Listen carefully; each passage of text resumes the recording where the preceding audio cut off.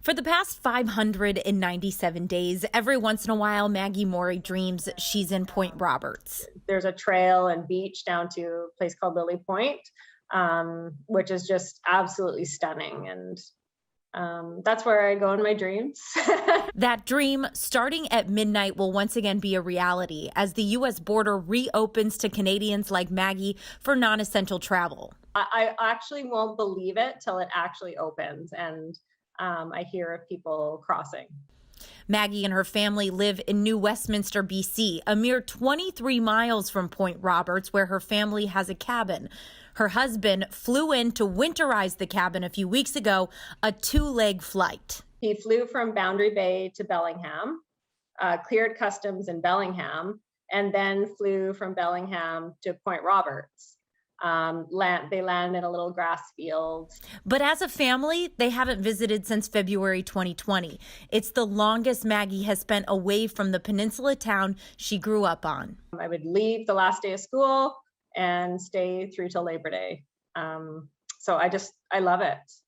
It's like missing a family member to me. I don't know you can miss a place like a loved one, but I truly do. The U.S.-Canada border has been closed since March 2020. It reopened for Americans in August. When it opens for Canadians on Monday, those crossing will have to show proof of vaccination. The U.S. will not require a negative COVID test. However, travelers will need one to get back into Canada. For a town like Point Roberts, this change opens a lifeline. It's estimated 85% of the town's economy relies on business from Canadians.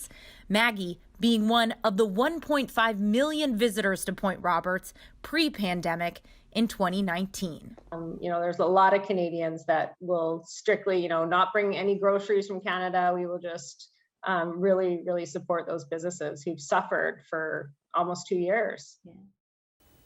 So when I talked to Maggie, she said when her husband walked into their cabin a few weeks ago, it was like a time capsule. They still had dishes sitting on the drying rack that they had washed almost 2 years ago. I asked her what's the first thing that she'll do when she gets to Point Roberts. She says she's going to visit Lily Point and then she's going to do a deep clean of that cabin.